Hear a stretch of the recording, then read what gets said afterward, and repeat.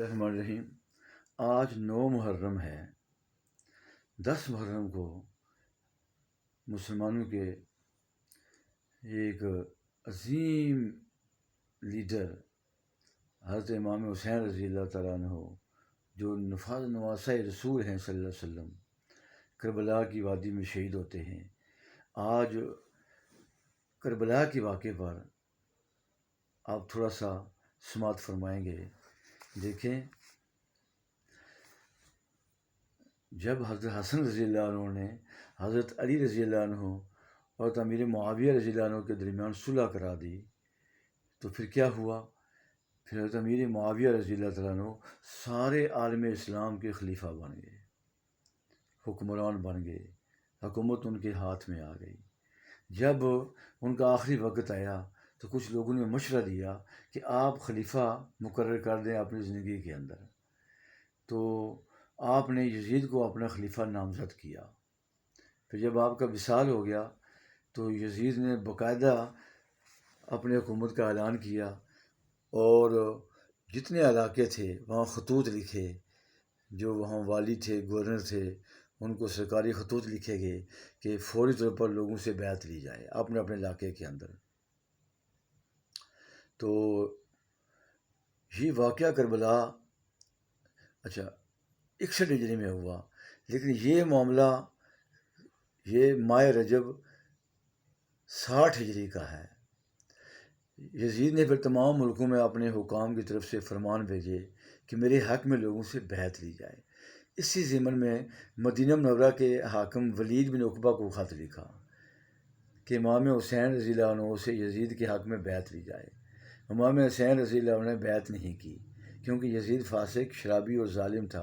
اس کے بعد امام حسین رضی اللہ عنہ 4 شعبان 60 ہجری کو مکہ معظمہ روانہ ہو گئے، اور مکہ معظمہ جا کر آپ نے سکونت اختیار کر لی۔ یہ بیس بنی کہ مدینے سے آپ مکہ مکرمہ چلے گئے۔ لو جی، آپ نے مکہ میں قیام کر لیا۔ اب جب آپ نے مکہ میں قیام کیا تو ایک بات یاد رکھیں، جب حضرت علی خلیفہ تھے تو انہوں نے کوفہ کو اپنا دارالخلافہ بنا لیا تھا۔ تو کوفہ کے جو لوگ تھے وہ اہل بیت سے بہت محبت کرتے تھے۔ اب کیا ہوا؟ کوفہ سے خط آنے شروع ہو گئے حضرت امام حسین کو مکہ میں، ٹھیک ہو گیا۔ تو وہاں اہل بیت کے بہت سے طرفدار لوگ تھے، تقریباً 150 خط لکھے کہ آپ کوفہ تشریف لے آئیے، ہماری جان اور مال آپ کی مدد کے لیے حاضر ہے۔ امام ممدوح نے اپنے چچیرے بھائی مسلم بن عقیل کو اہل کوفہ سے بیعت لینے کے لیے بھیج دیا۔ اب مسلم بن عقیل جو تھے وہ کوفہ میں پہنچ گئے اور بیعت لینی شروع کر دی۔ جب مسلم بن عقیل کوفہ میں پہنچے تو مختار بن عبید کے مقام پر ٹھہرے، اور امام حسین رضی اللہ عنہ کے لیے 12,000 سے بھی زیادہ کوفیوں نے اس کے ہاتھ پر بیعت کی۔ جب نعمان بن بشیر صحابی جو حاکم کوفہ تھے، انہیں اس کا علم ہوا تو انہوں نے لوگوں کو ڈانٹا، فقط ڈانٹنے پر اکتفا کیا، اس سے زیادہ اور کچھ نہ کیا۔ مسلم بن یزید حضرمی اور امارہ بن الولید بن عقبہ نے یزید کو اس واقعے کی اطلاع دے دی۔ اس پر یزید نے نعمان بن بشیر صحابی کو معزول کر دیا، کوفہ کی گورنری سے ہٹا دیا، اور ان کی جگہ عبید اللہ بن زیاد بصرہ کے حاکم کو معین کر دیا۔ جیسے آج کل بھی ہوتا ہے، کسی ڈی سی کے ساتھ یا کمشنر کے ساتھ کوئی معاملہ ہو، لوگوں کی شکایت ہو، تو حکومت اسے تبدیل کرتی ہے، تو کسی اور کو لے آتی ہے، تو ٹرانسفریں ہوتی رہتی ہیں۔ عبید اللہ بن زیاد جو وہ پہلے بصرہ کا حاکم تھا، ٹھیک ہو گیا، وہ کوفہ آیا اور رات کے وقت اہل حجاز کے لباس میں کوفہ میں داخل ہوا۔ دھوکہ دیا اس نے، تاکہ لوگ دھوکے سے یہ سمجھیں کہ امام حسین رضی اللہ تشریف لے آئے ہیں۔ لوگوں نے امام موصوف کا خیال کر کے اس کا استقبال کیا۔ اس کے آگے آگے یہ کہتے ہوئے جا رہے تھے، اے رسول اللہ صلی اللہ علیہ وسلم کے بیٹے، تمہیں مرحبا ہو۔ عبید اللہ بن زیاد نے کوئی جواب نہیں دیا، یہاں تک کہ سرکاری مکان میں داخل ہو گیا۔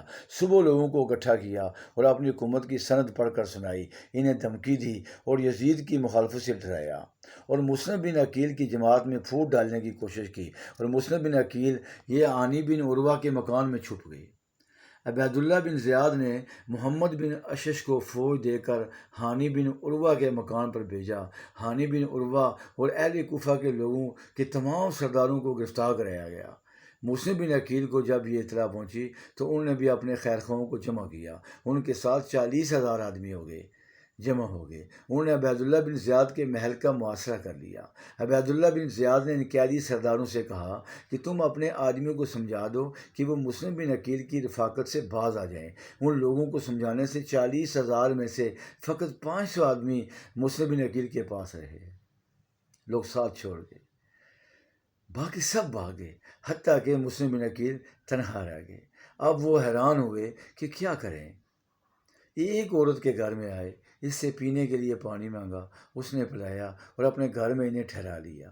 اس بڑھیا کا بیٹا محمد بن اشش، جس کا پہلے ذکر آ چکا ہے، جس نے کوفہ کے آدمیوں کو قید کیا تھا، کا دوست تھا، اس نے جا کر اشش سے کہہ دیا۔ اس نے عبیداللہ بن زیاد کو اطلاع دے دی۔ عبیداللہ ابن زیاد نے عمرو بن حریث کوتوال شہر اور محمد بن اشش کو بھیجا۔ انہوں نے آ کر اس بڑھیا کے گھر کا محاصرہ کر لیا۔ محمد بن مسلم تلوار سوت کر لڑائی کے لیے نکلے۔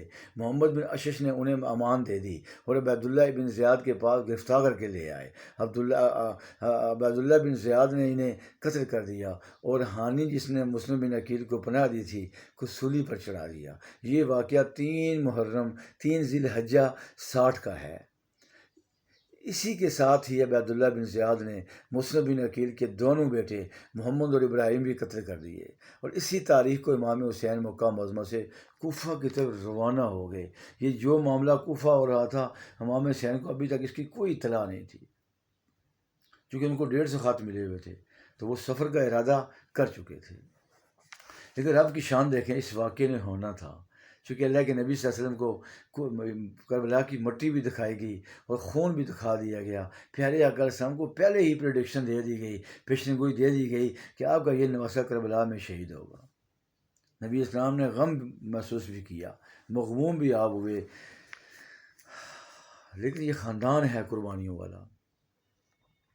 اب کیا ہوا، جب آپ نے سفر کا ارادہ کیا تو عبداللہ بن عباس رضی اللہ عنہ کا جب آپ کوفہ کے لیے روانہ ہوئے تو آپ کو روکنے کی کوشش کی انہوں نے۔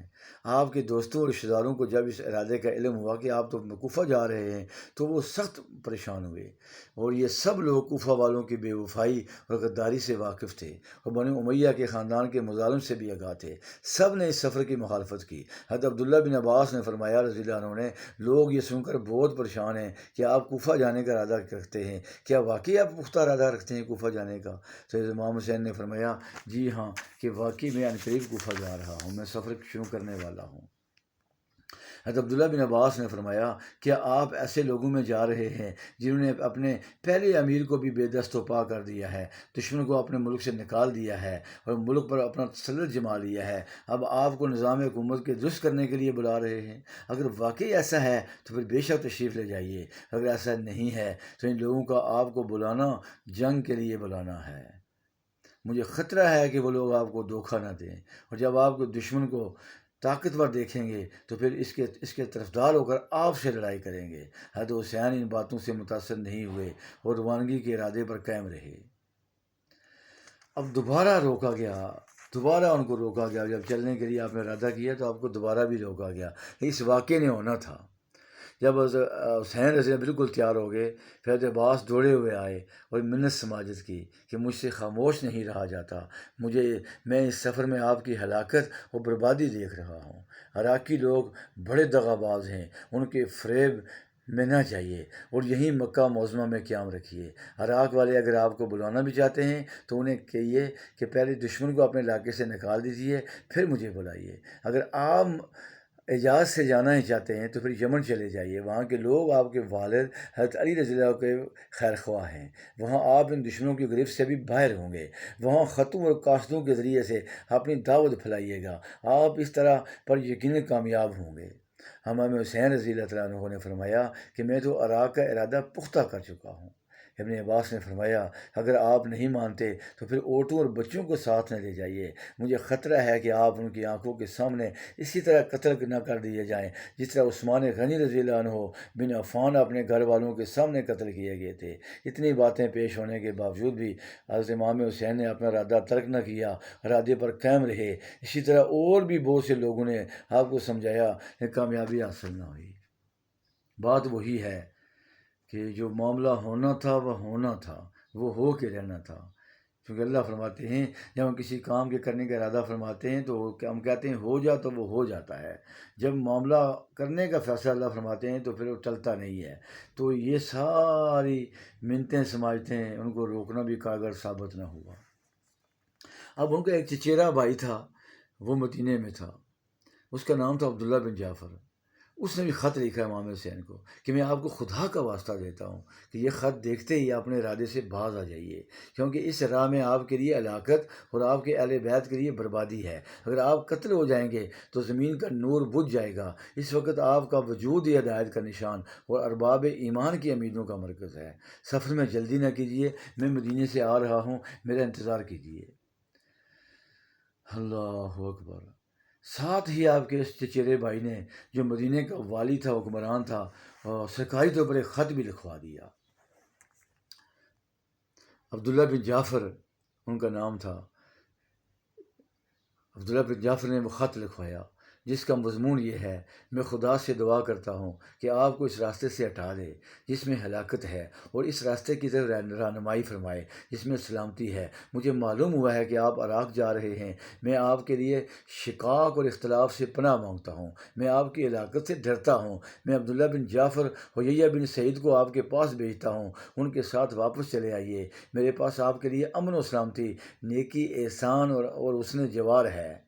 خدا اس پر شاہد ہے، وہی اس کا کفیل و نگہبان ہے اور وکیل ہے، والسلام۔ اس کے بعد بھی آپ نے ارادہ ترک نہ کیا۔ یہ خط کس نے لکھا؟ یہ جو ڈپٹی کمشنر تھا، گورنر تھا، یہ جو مدینے کا گورنر تھا، اس نے یہ خط لکھا۔ یہ والی مدینہ نے یہ خط لکھا، لیکن جو کام ہونا تھا اس نے ہونا ہی ہے۔ یہ واقعہ چونکہ ہو کے رہنا تھا، کوئی منت سماجت، کوئی خط کارگر ثابت نہ ہوا۔ جب آپ مکہ معظمہ سے روانہ ہوئے تو صفا ایک جو جگہ ہے وہاں پہ آپ ٹھہرے، تو وہاں پہ اہل بیت کا ایک بہت بڑا شاعر تھا، اس کا نام تھا فرزوق۔ وہ آپ سے ملا، آپ نے اس سے پوچھا تمہارے پیچھے لوگوں کا کیا حال ہے؟ فرزوق نے جواب دیا ان کے دل آپ کے ساتھ ہیں مگر تلواریں بنی امیہ کے ساتھ ہیں۔ آپ نے فرمایا سچ کہتا ہے، اب معاملہ اللہ تعالیٰ کے ہاتھ میں ہے، وہ جو چاہتا ہے وہی ہوتا ہے۔ ہمارا پروردگار ہر گھڑی کسی نہ کسی حکم فرمائی میں رہتا ہے، اگر اس کی مشیت ہماری پسند کے مطابق ہو تو اس کی تعریف کریں گے، اگر امید کے خلاف ہو تو بھی نیک نیتی اور تقویٰ کا ثواب کہیں نہیں گیا۔ لیکن اس کے کہنے پر بھی آپ روکے نہیں، انہوں نے کہا بھی کہ وہ دل آپ کے ساتھ ہیں لیکن تلواریں بنی امیہ کے ساتھ ہیں۔ اب مسلم بن عقیل کی شہادت کی یہاں خبر ملتی ہے آگے چل کر۔ زرود نام ایک مقام پر پہنچ کر معلوم ہوا کہ یزید کے گورنر عبیداللہ بن زیاد نے مسلم بن عقیل کو شہید کر دیا ہے، اور کوفیوں میں سے کوئی ٹس سے مس نہیں ہوا۔ امام حسین رضی اللہ عنہ نے بار بار انا للہ و انا الیہ راجعون پڑھا۔ بعض ساتھیوں نے عرض کی کہ اب بھی وقت ہے، ہم آپ کے اور آپ کے اہل بیت کے حق میں آپ کو خدا کا واسطہ دیتے ہیں، خدا کے لیے یہیں سے لوٹ چلیے۔ کوفہ میں آپ کا ایک بھی طرفدار معلوم نہیں ہوتا۔ امام حسین رضی اللہ عنہ خاموش ہو گئے اور واپسی پر غور کرنے لگے۔ لیکن مسلم بن عقیل کے جو عزیز تھے، رشتہ دار تھے، انہوں نے کہا واللہ ہم ہرگز نہ ٹلیں گے اور اپنا انتقام لیں گے یا اپنے بھائی کی طرح مر جائیں گے۔ اس پر آپ نے ساتھیوں کو نظر اٹھا کر دیکھا اور ٹھنڈی سانس لے کر کہا اس کے بعد زندگی میں کوئی مزہ نہیں۔ اللہ اللہ اللہ اللہ۔ اب آپ نے سفر جاری رکھا۔ اب آگے کیا ہوا؟ حر ابن یزید کی ملاقات ہوئی۔ قادسیہ سے جو ہی آگے بڑھے اور کوفہ سے 2 منزل پر جا پہنچے تو حر ابن یزید عبیداللہ ابن زیاد کی طرف سے 1000 ہتھیار بند فوج لے کر آ ملا اور ساتھ ہو لیا۔ اس نے امام حسین سے کہا کہ عبیداللہ ابن زیاد نے مجھے آپ کی طرف بھیجا ہے اور مجھے حکم دیا ہے کہ میں آپ سے جدا نہ ہوں یہاں تک کہ آپ کو اس کے پاس لے چلوں، اور میں خدا کی قسم مجبور ہوں۔ امام حسین نے فرمایا کہ میں خود کوفہ کی طرف نہیں آیا، یہاں تک مجھے کوفہ والوں نے کہ بہت سے خطوط پہنچے ہیں۔ اور میرے پاس ان کے بوجھ سے قاصد آئے ہیں، اور تم کوفے کے رہنے والے ہو، اگر تم اپنی بیعت پر قائم رہو تو میں تمہارے شہر میں جاؤں گا، ورنہ لوٹ کر چلا جاؤں گا۔ اس پر حر نے کہا، آپ کن خطوں کا ذکر کرتے ہیں؟ ہمیں اپنے خطوں کا کوئی علم نہیں۔ امام حسین نے عقبہ بن سلام کو حکم دیا کہ وہ دونوں تھیلے نکال لائے جن میں کوفہ والوں کے خط بھرے ہیں۔ عقبہ نے تھیلے انڈیل کر خطوں کا ڈھیر لگا دیا۔ اس پر حر نے کہا، لیکن ہم وہ نہیں جنہوں نے یہ خط لکھے تھے، ہمیں تو یہ حکم ملا ہے کہ آپ کو عبیداللہ بن زیاد تک پہنچا کے چھوڑیں۔ امام حسین نے فرمایا کہ یہ موت سے پہلے ناممکن ہے۔ پھر آپ نے روانگی کا حکم دیا، لیکن مخالفین نے راستہ روک لیا۔ آپ نے فرمایا، تم کیا چاہتے ہو؟ حر نے جواب دیا، میں آپ کو عبیداللہ بن زیاد کے پاس لے جانا چاہتا ہوں۔ آپ نے جواب دیا، واللہ میں تیرے ساتھ نہیں چلوں گا۔ اس نے کہا، واللہ میں بھی آپ کا پیچھا نہیں چھوڑوں گا۔ جب گفتگو زیادہ بڑھی تو حر نے کہا کہ مجھے آپ سے لڑنے کا حکم نہیں ہے، مجھے صرف یہ حکم ملا ہے کہ آپ کا ساتھ نہ چھوڑوں یہاں تک کہ آپ کو کوفہ پہنچا دوں۔ اگر آپ اسے منظور نہیں کرتے تو ایسا راستہ اختیار کیجیے جو نہ کوفہ جاتا ہو نہ مدینہ۔ بات زیادہ لمبی ہوتی گئی، یہاں تک کہ امام حسین رضی اللہ عنہ کوفہ کے راستے سے ہٹ گئے اور کربلا کے راستے پہ چل پڑے۔ اور یہ بھی آتا ہے کہ آپ نے 3 شرطیں بھی پیش کی تھیں، یا مجھے واپس جانے دو، دھوکہ دیا گیا ہے، یا مجھے براہ راست یزید سے بات چیت کرنے دو، تیسرا یا مجھے بارڈر کھول دو تاکہ میں کافروں سے لڑتا ہوا مارا جاؤں۔ یہاں نہ لڑوں، میں ان لوگوں کے خلاف نہ لڑوں، میں وہاں مارا جاؤں، وہاں شہید ہوں جا کر۔ لیکن جو اللہ کو منظور تھا وہ وہی ہوا۔ آپ کربلا کے راستے پہ چل پڑے۔ کوفہ کا راستہ آپ نے چھوڑ دیا، کربلا کا راستہ پکڑ لیا، اور میدان کربلا میں 2 محرم 61 کو جا اترے۔ جب اس میدان میں اترے تو اس کا نام دریافت فرمایا، معلوم ہوا اس کا نام کربلا ہے۔ تب آپ نے فرمایا کہ یہ تو یعنی یہ تکلیف اور ہلاکت کی جگہ ہے۔ یہ مقام پانی سے دور تھا، دریا میں، اور اس میں ایک پہاڑی عائل تھی۔ اب کیا ہوا؟ عمر بن سعد کی آمد ہوئی۔ دوسرے دن عمر بن سعد بن ابی وقاص کوفہ والوں کی 4000 فوج لے کر آ پہنچا۔ عبیداللہ بن زیاد نے عمر کو زبردستی بھیجا تھا۔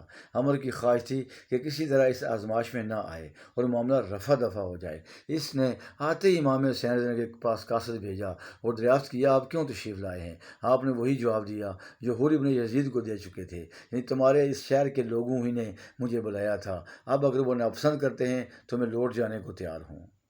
تو لیکن عبیداللہ ابن زیاد کا بیعت کے لیے اصرار تھا۔ عمر ابن سعد کو امام ممدوح کے اس جواب سے خوشی ہوئی اور امید بندی کہ یہ مصیبت ٹل جائے گی۔ اس نے فوراً عبیداللہ ابن زیاد کو خط لکھا۔ عبیداللہ ابن زیاد نے جواب دیا کہ حسین کو کہو کہ پہلے اپنے تمام ساتھیوں کے ساتھ یزید ابن معاویہ کے لیے بیعت کرو، پھر ہم دیکھیں گے کہ ہمیں کیا کرنا ہے، واپس بھیجیں گے یا نہیں بھیجیں گے۔ حسین رضی اللہ عنہ اور اس کے ساتھیوں تک پانی نہ پہنچنے پائے، وہ پانی کا ایک قطرہ بھی پینے نہ پائیں، جس طرح عثمان رضی اللہ عنہ بن عفان پانی سے محروم رہے تھے۔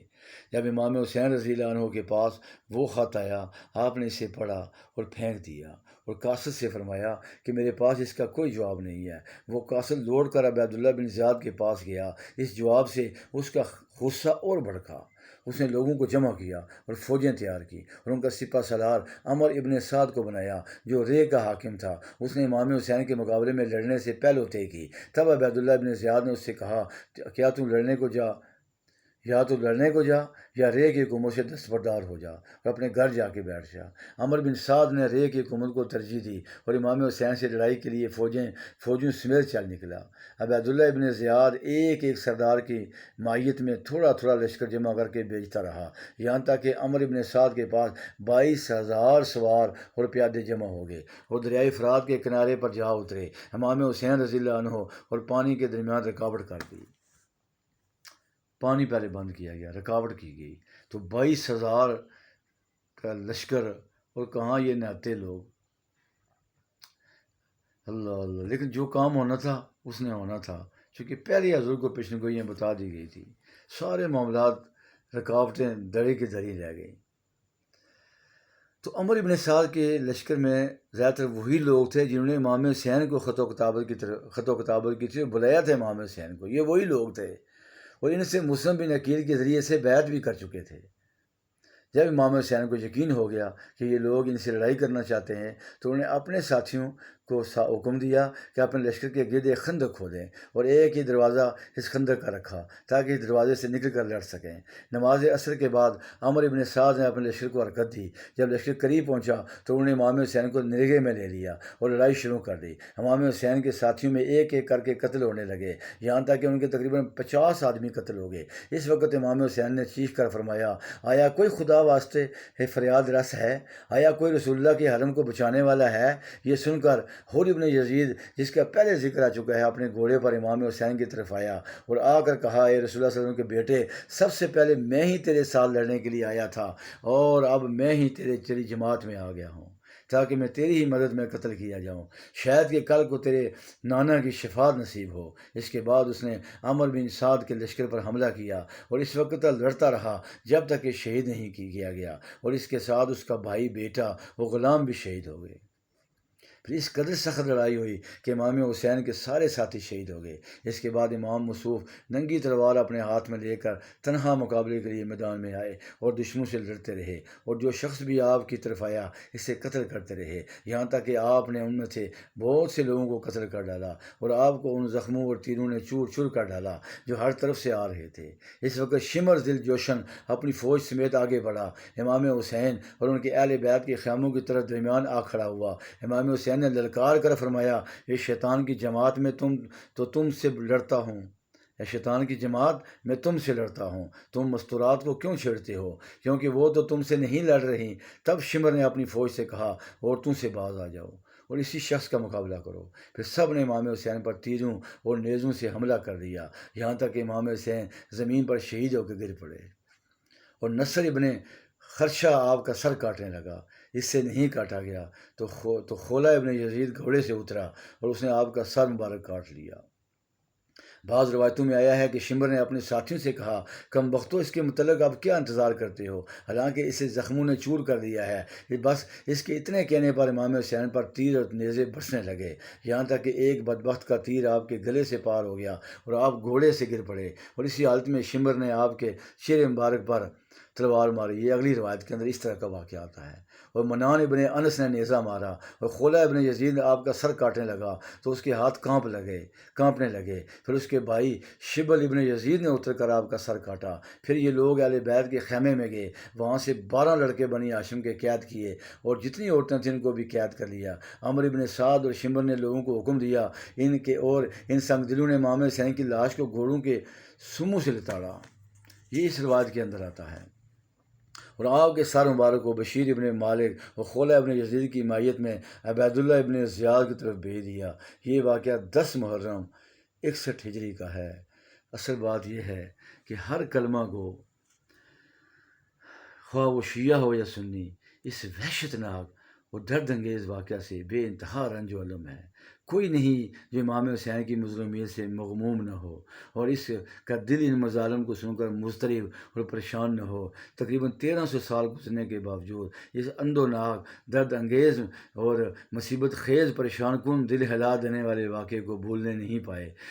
دیکھو، لیکن غم کے اظہار کے طریقے ہیں، پیارے آقا علیہ الصلوۃ والسلام نے طریقے ہمیں بتائے ہیں غم کے اظہار کے لیے بھی، کہ جو زبان سے ہائے وائے کرے، گریبان پھاڑے، فرمایا وہ ہم میں سے نہیں ہے، وہ ہم میں سے نہیں ہے۔ تو آج کل جو کچھ ہو رہا ہے محرم کے دنوں کے اندر، یہ کہیں سے ثابت نہیں ہے۔ زین العابدین وہاں بچے تھے، 61 سال تک بعد میں وہ زندہ رہے، کبھی بھی محرم میں انہوں نے یہ کام نہیں کیا، کیونکہ پیارے آقا سے نے فرمایا، غدیر خم کے موقع پر میں تمہیں 2 چیزیں چھوڑے جا رہا ہوں، قرآن اور اہل بیت۔ تو اہل بیت میں سے کسی نے یہ کام نہیں کیا، لہذا ہم اہل سنت والجماعت بھی یہ کام نہیں کرتے۔ ہم مغموم ہیں، ہم ان کے نقش قدم پر چلنے کے لیے تیار ہیں، ہم ان کو مبارکباد پیش کرتے ہیں امام حسین کو، چونکہ شہید زندہ ہوتا ہے، شہید کو اللہ کے ہاں رزق دیا جاتا ہے اور شہید کو مردہ کہنے سے منع کیا گیا ہے۔ تو تلاوت کریں، ہم ذکر اذکار کریں۔ جب وہ دنیا سے گئے تو سجدے کی حالت میں تھے، روزے میں تھے، ٹھیک ہو گیا، اللہ کو یاد کرتے کہ دنیا سے چلے گئے۔ تو ہمیں یہ بہت بڑا سودا تھا جو امام حسین نے اللہ سے کیا، چونکہ اللہ تعالیٰ فرماتے ہیں، ان اللہ اشتری من المؤمنین انفسهم واموالهم بان لهم الجنہ، اللہ نے مومنوں سے ان کے جانوں اور مالوں کے بدلے جنت کا سودا کر لیا ہے۔ تو یہ ایک سودا تھا، خریدار اللہ ہے اور سودا امام حسین کا کیا اللہ نے، بڑا بہترین سودا ہوا، خوبصورت سودا ہوا، ٹھیک ہو گیا۔ فبشرو، اللہ نے فرمایا خوشخبریاں مناؤ اس سودے پر، بِبَيْعِكُمُ الَّذِي بَايَعْتُم بِهِ، جو تم نے اللہ سے سودا کیا، خرید و فروخت کی، اس سے اللہ سے خوشیاں مناؤ۔ تو یہ خوشیوں کا موقع ہے کہ غم بھی ہے ہمیں، خوشی یہ ہے کہ امام حسین کو اللہ نے اعلیٰ مقام دیا اور ان کو قربانی کے لیے چنا، چونکہ اللہ کے نبی کا خاندان ہے، یہ سارا خاندان قربانیوں والا ہے۔ فلسطین والے بھی قربانیاں دے رہے ہیں چونکہ وہ انبیاء کی سرزمین ہے، تو ان کی قربانیاں بھی قبول ہو رہی ہیں، سادات کی قربانیاں بھی قبول ہوئی ہیں۔ اللہ ان کی قربانی کو قبول فرمائے۔ فی امان اللہ، السلام علیکم ورحمۃ اللہ۔